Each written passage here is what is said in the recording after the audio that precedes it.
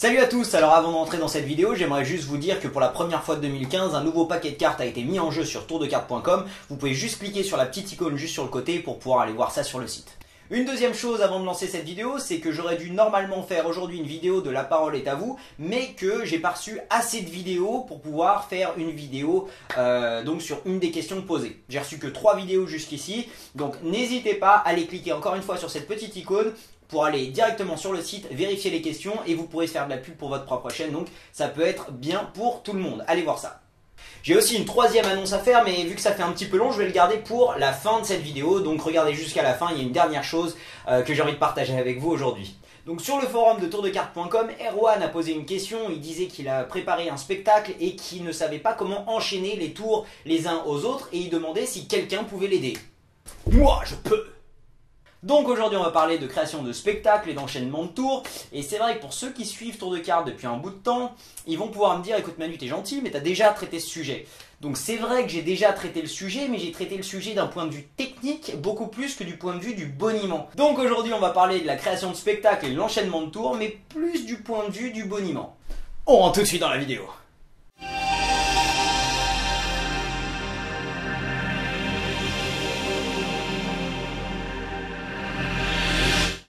Donc l'idée pour pouvoir créer un spectacle cohérent et intéressant, ça va justement de pouvoir trouver un fil rouge à ce spectacle.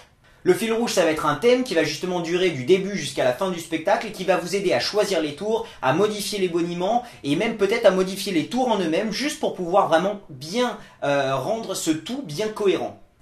Tu veux un fil rouge? Boum! Bête de blague! Donc par exemple, vous voulez faire un petit spectacle pour votre famille ou pour vos amis et vous avez envie de trouver quelques tours qui puissent s'enchaîner et essayer de trouver des idées sur comment les enchaîner.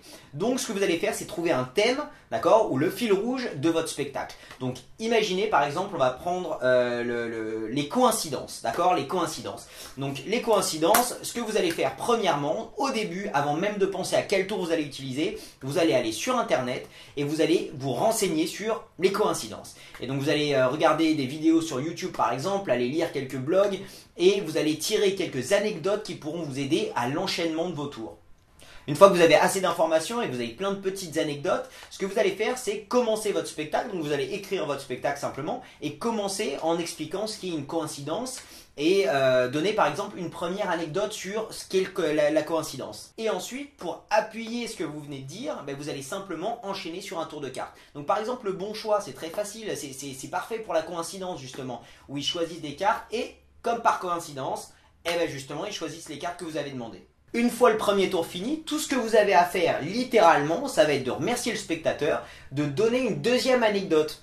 Voilà, vous renchaînez directement sur quelque chose d'autre qui parle toujours des coïncidences. Donc vous donnez une deuxième petite anecdote sur les coïncidences et ensuite vous allez présenter un deuxième tour qui va se rattacher un petit peu à ce que vous venez d'expliquer encore une fois. Donc voilà la base d'un spectacle construit grâce à un fil rouge. Trouvez des petites anecdotes sur le thème de votre spectacle. Ensuite, trouvez les tours qui vont justement le mieux représenter le thème de votre spectacle et les petites anecdotes que vous venez de présenter. Et au final, le tout s'enchaînera naturellement. Donc ensuite, des idées de thèmes, il y en a des milliers. Vous pouvez faire un thème sur la télépathie par exemple, grâce au forçage de cartes, voilà, il y a énormément de tours, par exemple le miroir, vous pouvez faire tout ça grâce à la télépathie, à la connexion qu'il y a entre les gens. Vous pouvez trouver 1000 anecdotes sur ce genre de choses. Vous pouvez faire même des tours sur le voyage dans le temps, par exemple avec Retour vers le futur, un des tours qu'il y a sur le site. Vous pouvez faire énormément de choses et au final, c'est ça le truc, c'est qu'une fois que vous avez trouvé le thème de votre spectacle, vous allez simplement choisir les tours qui vont pouvoir simplement représenter ce thème le mieux. Ou alors vous allez trouver des tours qui sont intéressants et vous allez juste refaire un petit peu le boniment ou alors rechanger un petit peu le tour pour coller parfaitement à votre thème. Vous faites un tour, vous racontez une autre anecdote, vous refaites un tour et ainsi de suite jusqu'à que vous avez fait 5-6 tours et que ça a pu prendre au final, sans qu'il y ait de la magie constamment, voilà, mais ça a pu prendre 20 minutes juste en discutant un petit peu et au final les tours de magie vont juste renforcer ce que vous avez fait et donc ça donnera un bien meilleur impact à votre magie plutôt que si vous faisiez simplement 5 tours d'affilée qui n'ont aucun rapport les uns avec les autres. Parce qu'au final, en tant que magicien, on est quand même là pour divertir les gens. Et si on peut les divertir tout en leur apprenant quelques petits trucs et en rajoutant des petites anecdotes marrantes ou intéressantes, eh ben les gens seront encore plus divertis et ressortiront de ce spectacle avec quelque chose en plus que quand ils y sont rentrés. Donc plus ils sont divertis, plus ils sont contents. Et là, c'est la victoire! Je vous remercie d'avoir regardé cette vidéo. Écoutez, mon dernier annoncement que je voulais faire aujourd'hui dans cette vidéo, c'est que je vais ouvrir une nouvelle chaîne sur YouTube. Donc cette chaîne va pas du tout mourir, ça va être exactement la même chose. 2 vidéos par semaine comme promis à chaque fois. Maintenant dans l'autre chaîne, ça va être une chaîne de top 5. Ça n'a rien à voir avec la magie, mais ça risque de vous intéresser. Il va y avoir des trucs vachement marrants.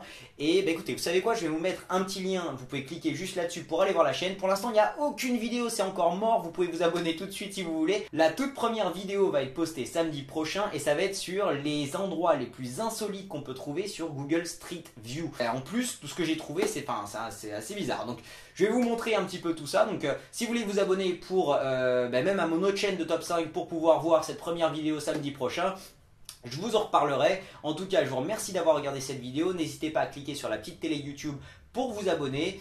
Si vous voulez vous abonner à tourdecarte.com, vous pourrez avoir accès à 80 tours de cartes et plus de 300 tutos de XIM, et etc. Vous pouvez vous abonner sur Tour de Cartes et soutenir Tour de Cartes pour un minimum de 20 € par mois. Et moi, ça m'aide. Je tiens justement à remercier tous ceux qui s'abonnent. Ça m'aide énormément et c'est grâce à vous que j'arrive à continuer à faire toutes ces vidéos. Je vous remercie encore d'avoir suivi cette vidéo jusqu'au bout et je vous dis écoutez, à vendredi prochain pour une nouvelle coupe XIM cette fois. Salut! Si le bandeau il est bien ajusté, on dirait un super héros. Sinon, on dirait une sorte de vieille p*** de boulevard.